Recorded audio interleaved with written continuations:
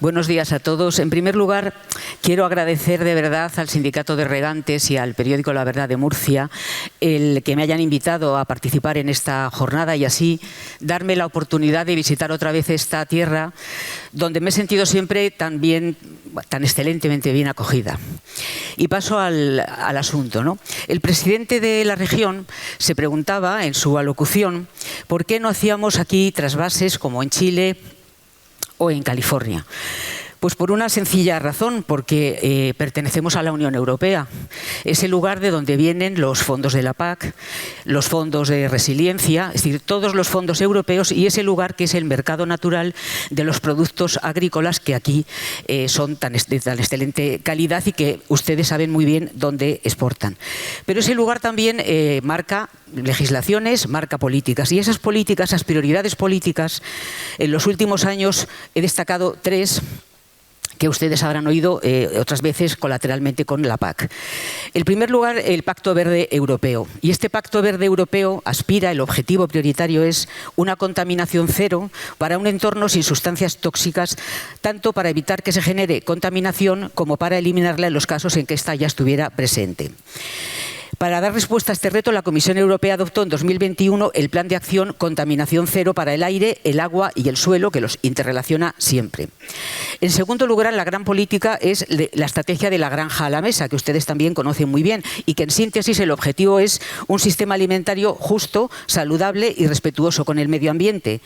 El mercado natural de los productos de esta región, como he dicho en un principio, es el europeo, y este mercado europeo es muy sensible a cómo se producen los alimentos, lo cual hemos visto en los últimos tiempos a raíz de la crisis del Mar Menor. En tercer lugar, la tercera línea es la preservación y el restablecimiento de los ecosistemas y de la biodiversidad, que están íntimamente relacionadas con las dos anteriores.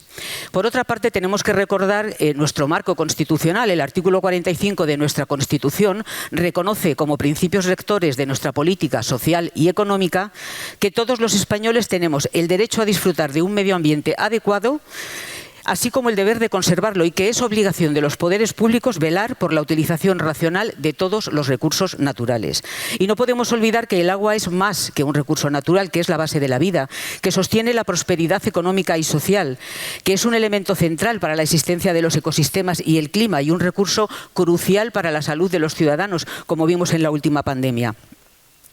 Por esto, en el año 2010, Naciones Unidas reconoció como un derecho humano disponer de una cantidad mínima diaria de agua limpia y accesible. Y es el único recurso natural que se considera esencial para la vida en estos momentos, ¿no?, a nivel internacional. Por todo esto, el PSOE estableció una política nacional de agua muy clara desde hace más de 20 años, alineada con la política europea en esta materia. En el año 2000, la Unión aprobó la Directiva Marco del Agua, que establece para toda la Unión la gestión del agua por cuencas hidrográficas con varios principios básicos. En primer lugar, que hay que hacer una gestión integral de la cuenca. ¿Y esto qué quiere decir? Pues que hay que gestionar íntegramente toda el agua que circula por la cuenca, desde su nacimiento hasta e incluida la que llega al mar, que también tiene unos servicios que otorgar. De toda el agua, independientemente de su origen, superficial, subterránea, no convencional, etcétera. Pero también, y esto lo saben muy bien las confederaciones desde hace unos años, que de toda la vida que contiene y de los ecosistemas asociados a los ríos. Por ejemplo, el estado de conservación de los bosques de cabecera tiene una enorme influencia en la disponibilidad y calidad de los recursos hídricos aguas abajo. Es decir, unos buenos bosques en cabecera fijan agua. Unas riberas naturales defienden frente a inundaciones, absorben CO2 y funcionan como corredores ecológicos de biodiversidad, por mencionar solo algunas de las externalidades positivas. La Directiva Marco del Agua fija como objetivo que hay que conseguir el buen estado ecológico y químico de las masas de agua, es decir, la calidad tanto de las aguas superficiales como de las subterráneas. En los artículos 4 y 13 del texto refundido de la Ley de Agua se establece que antes del 31 de diciembre de 2027, que es pasado mañana, las masas de agua subterráneas tienen que cumplir los objetivos ambientales y el buen estado cuantitativo y cualitativo. El objetivo, por lo tanto, debe ser conseguir hacer sostenibles las extracciones actuales sin que el bombeo supere en ninguna masa los recursos disponibles de sus acuíferos. Son normas generales nacionales, para la Unión Europea y, por supuesto, para todas las cuencas españolas. Debe hacerse un uso sostenible de las mismas, atendiendo a la jerarquía de usos recogida en la Ley de Aguas, sin olvidar tampoco el artículo 54.7, que recoge que los caudales ambientales, caudales ecológicos o demandas ambientales no tienen el carácter de uso, deben considerarse como una restricción que se impone con carácter general a todos los sistemas de explotación. También se incorporó la participación ciudadana, haciendo más transparente y democrática la gestión de los planes de cada cuenca. Y esta participación, ustedes lo han vivido con el último plan hidrológico de la cuenca del Segura, ha tardado años, como el de todas las cuencas, en gestionarse, es decir, en escuchar a todo el mundo, en tener alegaciones de todo el mundo, muchas fases de participación ciudadana, y culminó con la aprobación en el Consejo del Agua en el mayo pasado de su plan hidrológico de cuenca, donde reúnen sus demandas y sus condicionantes. Lo mismo en todas las cuencas. Establece también que hay que valorar las consecuencias del cambio climático sobre ríos, acuíferos y humedales. El artículo 19 de la Ley de Cambio Climático y Transición Energética establece la necesidad, como decía el secretario de Estado, de adaptar el sistema de gestión del agua existente a los impactos del cambio climático, pero para incrementar la resiliencia del mismo, orientando los principales retos ambientales, sociales y económicos en este nuevo escenario. De no hacerlo, resultaría imposible garantizar en el futuro tanto el bienestar de la población como la sostenibilidad del sistema productivo y energético. Los planes hidrológicos 22-27, que son los recientemente aprobados cada uno en su Consejo del Agua de cada cuenca, son los primeros que ya han integrado esta variable. Y es que los últimos informes del panel intergubernamental del cambio climático, que habrá una conferencia otra vez internacional el mes que viene, o en 2 meses, nos alertan de que la región mediterránea es especialmente sensible a los impactos del cambio climático. Todos los escenarios climáticos analizados coinciden en destacar la alta probabilidad de deterioro de nuestros ecosistemas fluviales, la disminución de la seguridad hídrica de las demandas y usos del agua y la intensificación de los episodios de inundaciones y de sequías, como hemos comprobado estos últimos años. Esta probabilidad es mucho más acusada en las zonas áridas y semiáridas de nuestro país, precisamente en las cuencas hidrográficas que actualmente soportan los principales problemas de gestión del agua y la peor calidad de sus masas de agua. Así, el último plan hidrológico de la cuenca del Segura, aprobado en mayo pasado en el Consejo del Agua de la demarcación, reconoce entre los principales problemas de la cuenca que condicionan todos los demás, generan una honda preocupación social y requieren de la imprescindible colaboración de la comunidad autónoma donde residen la mayoría de las competencias. En primer lugar, una cuestión transversal, la adaptación al cambio climático. Los escenarios regionalizados de cambio climático, o sea, para esta región, elaborados por la AEMET, señalan una disminución de las precipitaciones en esta demarcación de un 38,2%. Y de más del 14% en la del Tajo, lo que obliga a la búsqueda de nuevos recursos no convencionales por desalación, depuración y reutilización, a la priorización de la gestión de la demanda en contraposición a la tradicional gestión de la oferta, a buscar la seguridad hídrica del agua para todo, que se ha visto irreal, al agua para todos y para siempre, y a la transparencia del servicio. Y esta realidad es la que vio clara el Gobierno socialista ya en el año 2004, siendo ministra la señora Narbona, adoptando la decisión estratégica de desvincular de las aguas superficiales convencionales los nuevos volúmenes a aportar a la cuenca del Segura para incrementar su seguridad hídrica. En ese momento impulsó desde su ministerio, porque tenía clara esa visión, tanto la Oficina del Cambio Climático, del que era entonces directora la actual vicepresidenta tercera, como el programa Agua, es decir, las inversiones en modernización de regadíos junto a la construcción de desaladoras y depuradoras que pudieran proveer de nuevos recursos no convencionales a esta región. Se han invertido en esta región 1.082 millones de euros para obtener 190 hectómetros anuales más de agua con 6 desaladoras y 135 hectómetros de agua reutilizada.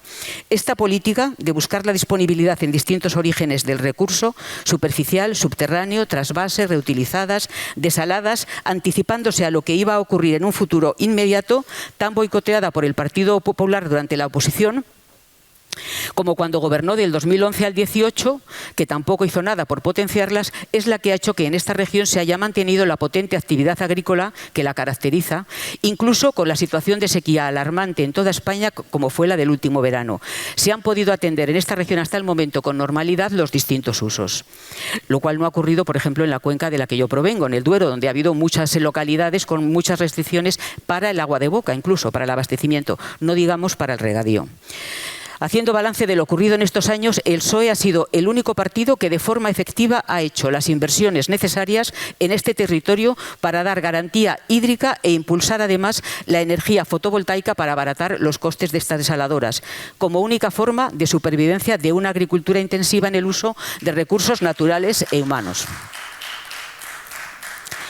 Para seguir anticipándonos al futuro, el nuevo plan hidrológico de la cuenca del Segura 22-27 contempla seguir en esta línea, como pues ampliando las desaladoras existentes, interconectándolas, construyendo un parque fotovoltaico para abaratar los costes energéticos y facilitar unas tarifas adecuadas a los usuarios de agua para el regadío ahora subvencionadas. Se prevé una inversión en el nuevo plan para este tema de 567 millones de euros para añadir otros 70 hectómetros de agua desalada y totalizar 260 hectómetros de agua desalada. Continuando con el objetivo de dar garantía de suministro, además el plan hidrológico del Segura contempla una inversión de más de 3.000 millones de euros para este periodo 22-27.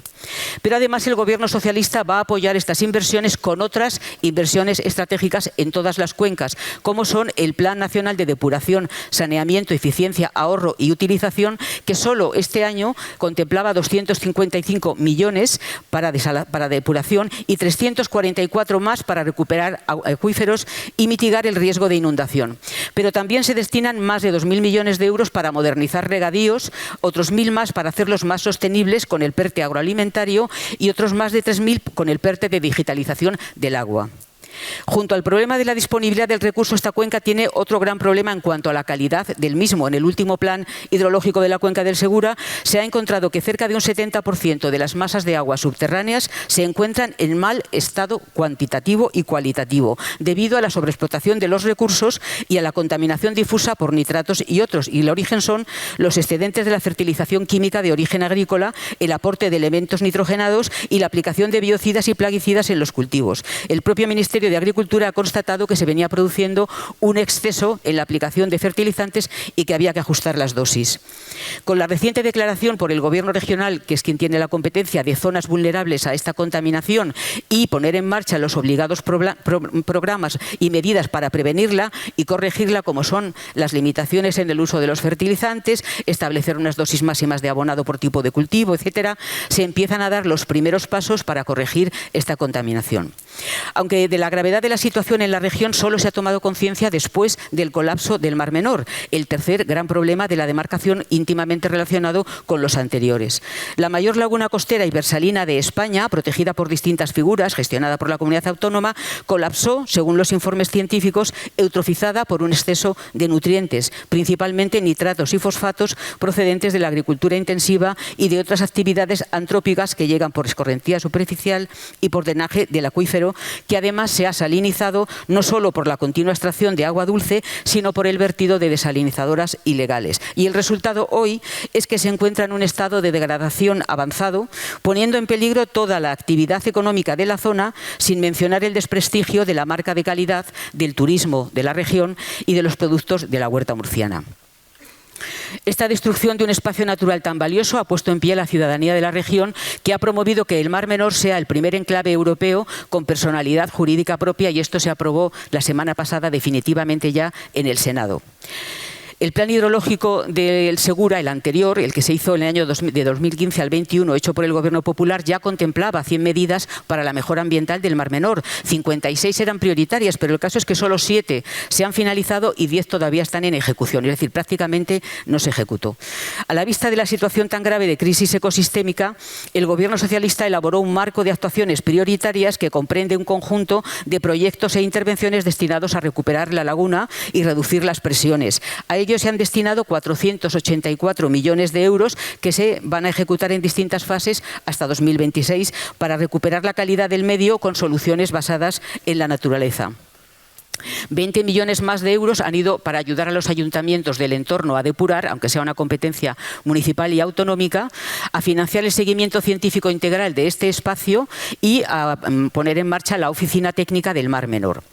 Todas estas actuaciones van a significar una transformación del territorio y esperamos que rescaten la actividad turística y la calidad de vida de los habitantes del campo de Cartagena y de la ribera del Mar Menor.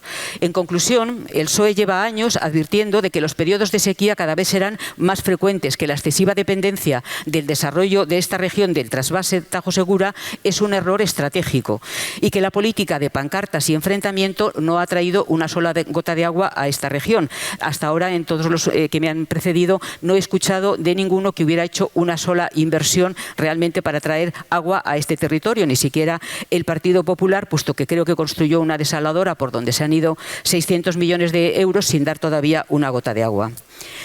Los problemas de cantidad del recurso en esta cuenca van indisolublemente unidos a los de calidad del mismo y a la destrucción del espacio natural más relevante de la región. Y de esto hay que tomar conciencia para eliminar la contaminación en el origen. Las aportaciones a los embalses de Entrepeñas y Buendía se reducen a una media de un 1% cada año. Hace 40 años, cuando se inició, entraban a esos embalses 1.000 hectómetros cúbicos, que ahora solo entran 600. Todos los expertos predicen que esta reducción se va a mantener constante y, por lo tanto, en unos años no habrá agua para trasvasar del Tajo, pero no por decisiones políticas, sino por los efectos del cambio climático, o sea, por la realidad que en estos últimos 20 años hemos visto que se ha impuesto. Por lo tanto, seguir empeñados en poner todos los huevos en la cesta del trasvase, que es lo que hace el Gobierno regional, como se ha visto a lo largo de estos últimos 20, es un enorme error. ¿Qué sería hoy de los ciudadanos de esta región sin las desaladoras?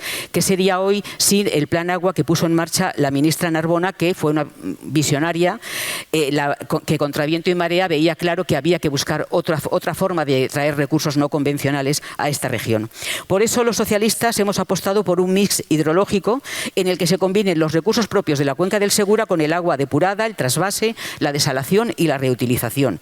Lo que está haciendo el Gobierno de España es tomar todas las medidas para que en esta región haya agua para todos y para siempre. Y lo seguirá haciendo con la ampliación y la interconexión prevista en el nuevo plan hidrológico, también con los parques fotovoltaicos para abaratar el recibo, que supone una inversión de alrededor de 600 millones de euros solo en este tema. En definitiva, en lo que yo conozco hasta la fecha, los gobiernos socialistas han sido los únicos en dar garantía hídrica a esta región y seguiremos haciéndolo en un futuro. Muchas gracias. Por favor, tome asiento. Gracias. La exposición, Elena Caballero. Bien, gracias.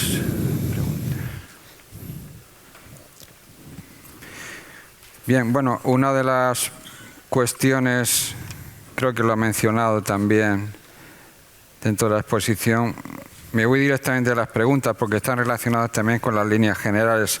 Una de las preguntas incide también en trasvase Tajo Segura, sí o no, es lo que pregunta. El trasvase, el Partido Socialista tiene muy claro que es irrenunciable para dar garantía y seguridad a las demandas de Levante, tanto al abastecimiento como el regadío. Pero como hemos demostrado en estos últimos 20 años, y por eso en mi exposición quería dejarlo claro, ya en el año 2000, 4 años antes del Gobierno Zapatero, entonces la que luego fue ministra era secretaria federal de Medio Ambiente, y ya teníamos claro dos cosas. Una, cuál era la normativa europea, la Directiva Marco del Agua, y a lo que nos obligaba. Y esa era nuestra política. Y dos, que en la región del Levante, además del trasvase, había que buscar otra forma que diera recursos de agua no convencionales para garantizar las demandas del sector. Pero aquí sí que quiero apuntar también, creo que he dejado clara la postura del Partido Socialista y del Gobierno Socialista, pero sí que quiero también apuntar sobre la idea de la interconexión de las cuencas que planteaba Vox.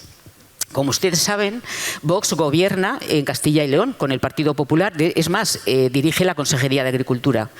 Allí de ninguna manera se les ocurre plantear una interconexión ni un trasvase desde la cuenca del Duero, porque los sindicatos de regantes, que llevan toda la campaña pasando restricciones, y no es la primera vez, esto ocurre cíclicamente, en la situación del Duero no es, es parecida a la del Ebro, en fin, que no es tampoco excepcional, pero es verdad que cíclicamente hay periodos de sequía. Y Vox no se le ocurre plantear una interconexión ni de lejos ni un trasvase desde la cuenca del Duero.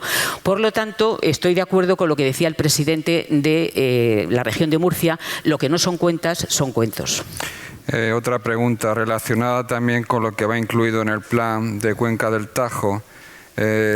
¿Por qué solo se incrementan los caudales ecológicos en la parte que afecta al trasvase en el Alto Tajo? Bueno, yo el detalle no forma parte de la planificación de la cuenca, ¿no? Lo que sí sé es que en criterio general para todas las cuencas, también para la del Duero, que tampoco tenía los caudales ecológicos implantados, Las del Segura tampoco, la del Tajo tampoco. La diferencia es que la del Tajo tiene varias sentencias judiciales que anulaban planificaciones anteriores porque no tenían absolutamente nada puesto, ni siquiera un remedio de mínimo caudal ambiental, ¿no? Los criterios en general para todos es una restricción previa, como he dejado bien clara, por un lado, y por otro, el criterio es técnico, y hasta donde yo he leído, y quizás lo sabrá mejor el secretario de Estado o el director general del agua si hubiera venido, son los técnicos los que han calibrado qué cantidad y dónde, y en qué punto, en cada punto, qué cantidad es la adecuada de caudal ambiental. ¿Cómo se explica que únicamente, es un poco incide en la pregunta anterior, únicamente sea el plan del Tajo, de todos los planes hidrológicos, el que contemple un incremento de caudales ecológicos en la parte alta del Tajo? La información que yo tengo no es esa. Todos los caudales ambientales tienen los mismos criterios, los organizan los técnicos de las confederaciones y el CEDEX. O sea, no hay criterios diferentes, pero normalmente los caudales ambientales son ligeramente mayores en cabecera de cuenca, lógicamente, porque hay mucho menos volumen de cuenca. Quizás el problema que tiene el trasvase es que es desde cabecera, ¿no? Pero vamos, los caudales ambientales están calculados por los técnicos en función del tramo. Tampoco es lo mismo que tengo después. Por ejemplo, nosotros, digo porque es que el Duero lo conozco mejor en eso, donde tenemos reservas naturales fluviales, lógicamente aseguramos un caudal ambiental un poco mayor, porque ahí tienes un valor natural especial a proteger, ¿no? Es decir, el caudal ambiental no es una cantidad mínima general en todo el curso del agua, ¿no? Bueno, aquí la incidencia, como ya he oído a anteriores ponentes, es que supondría un recorte significativo de las transferencias del Tajo a Segura en el horizonte 2027, sería hasta del 8,6, esos 80 o 90 hectómetros. Entiendo que el Gobierno sigue adelante con el plan de Tajo y con esta propuesta. Yo no tengo o sea, eso sería una pregunta para el secretario de Estado. Lo que sí sé es que los planes hidrológicos de cada cuenca tienen el mismo proceso democrático y transparente de realizarse, contactando con todos los usuarios, recibiendo todas las alegaciones, y al final de cada proceso, cada consejo de agua de cada cuenca, que es donde se reúnen los usuarios de cada cuenca, aprueban el plan. Y esa aprobación del plan se ha realizado por el Consejo de Agua del Segura, el plan del Segura, por el Consejo de Agua del Tajo, el del Tajo, y así sucesivamente, ¿no? Bueno, esta pregunta incide en lo mismo también los caudales ecológicos. Entenderá que aquí hay mucha preocupación por lo que pueda ocurrir. Es redundante también sobre los caudales en Aranjuez. Voy leyendo conforme llegan. Dice, ¿por qué invierten en la ampliación de las desaladoras y en plantas fotovoltaicas? Entiendo, sabiendo que el agua obtenida con la misma tiene un coste muy elevado y no ofrece la calidad necesaria para la agricultura. Pues porque donde no hay agua superficial, que esto ya lo he explicado hace 20 años que el Partido Socialista lo veía claro, donde no hay agua superficial hay que buscar otros recursos no convencionales. Entonces, los no convencionales, pues uno de ellos es la desalación. Y cómo abaratar el recibo del agua, ahora está subvencionado, pero una forma de abaratarlo es que haya un menor coste energético. Yo creo que hay que tener claro que el cambio climático nos afecta muchísimo, mucho más al levante y al sur, que tenemos mucha menos agua de la capacidad de embalses que tenemos para recibirla, es decir, se quedan medio vacíos porque llueve menos de la capacidad que tenemos para recoger agua, que se ha notado en los últimos 20 años muchísimo ese avance del cambio climático. Este verano, por poner un ejemplo, pero me parece muy ilustrativo, la campaña de turismo en Castilla y León, la que ha salido en las televisiones, era Visita Castilla y León, donde todavía en verano se duerme con manta. Hemos tenido un mes y medio de 40 grados durante el día y sin bajar de 20 y algo por la noche.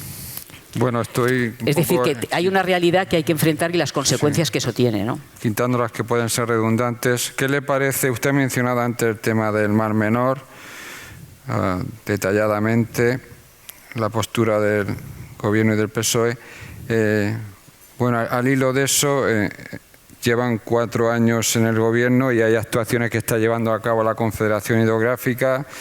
Aquí se intuye se está viendo que es uno de los regadíos más vigilados de Europa, ¿no? Pues lo último es la actuación de la Confederación en la eliminación del regadío ilegal y también las acreditaciones que tienen que presentar más de 3.000 agricultores para poder seguir regando. ¿Le parece suficiente esas medidas que se están tomando? No sé si se ha dado a entender que no son suficientes, no lo sé. En cada territorio le parece que solo le están vigilando a él, y lo digo porque lo viví en el Duero, ¿no? Cuando yo estaba tuvimos que poner en marcha el programa Alberca, que era tener registradas informáticamente, aquí estará también, todas las concesiones de agua y qué cantidad tenías concedida para saber cuando alguien te solicitaba un nuevo uso si tenías agua o no. La sensación de los regantes era solo me están vigilando a mí y es porque me quieren perseguir a mí. No, todas las cuencas son exactamente igual vigiladas. Todos los agricultores tienen que tener su título concesional. Los que no lo tienen es que están regando ilegalmente. Y si no tienes contabilizada el agua, es imposible que sepas qué agua tienes para otros usos o abastecimientos o prioridades, ¿no? ¿No cree entonces que exista cierto señalamiento hacia la cuenca del Segura por parte del gobierno central?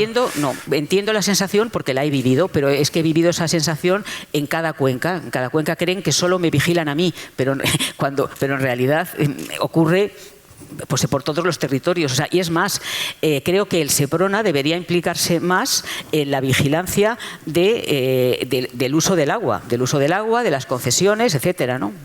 Bueno, aquí hay una pregunta que no sé qué grado de conocimiento, entiendo que no vive aquí, a lo mejor no está al día.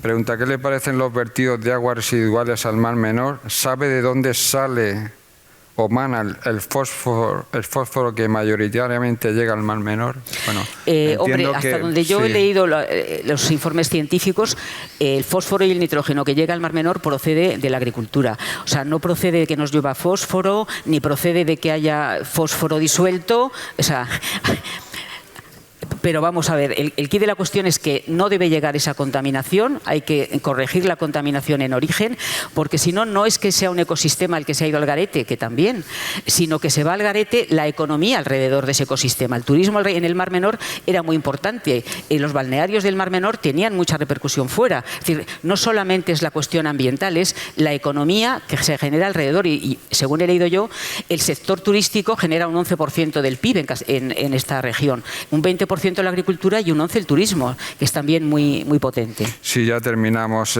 Bueno, creo que antes lo ha mencionado. ¿Qué impacto habría tenido para la región de Murcia que no se hubiesen contado con la desalación del Plan Agua del PSOE, que tanto criminalizó el PP en su día? Sí. Yo creo que la realidad, o sea, si nos enfrentamos, si cogemos el toro por los cuernos y vemos la realidad como es, el agua que ha necesitado esta región para desarrollarse estos últimos 20 años no venía de donde no hay. No venía del trasvase porque cada vez ha llovido menos y cada vez hay menos agua. Por lo tanto, tiene que venir de otros sitios. Esa es la realidad. La única diferencia es que el Partido Socialista lo vio claro hace más de 20 años y puso en marcha esas obras que entonces se reaccionaba en contra. No había costumbre, no había pensamiento. Es decir, no, lo voy a necesitar. La historia nos ha demostrado que lo necesitaban. Y lo necesitaban esta región tanto para beber como para regar. Y ya por último, incidencia en el trasvase. En España hay 40 trasvases activos. ¿Por qué solo se pretende cerrar el del Tajo Segura por parte del gobierno socialista? Bueno, no sé de dónde saca la cifra de los 40. Lo que puede haber en algún punto es que se lleva agua de boca de un lado a otro, que el abastecimiento, como ustedes saben, es prioritario, pero no conozco yo en España ningún otro trasvase de cantidad como el del Tajo Segura, ¿no? Para unos regadíos tan potentes como aquí. Muy bien, pues terminamos el turno de Elena Caballero. Gracias por estar con nosotros y por aportar el punto de vista del PSOE. Muchas gracias.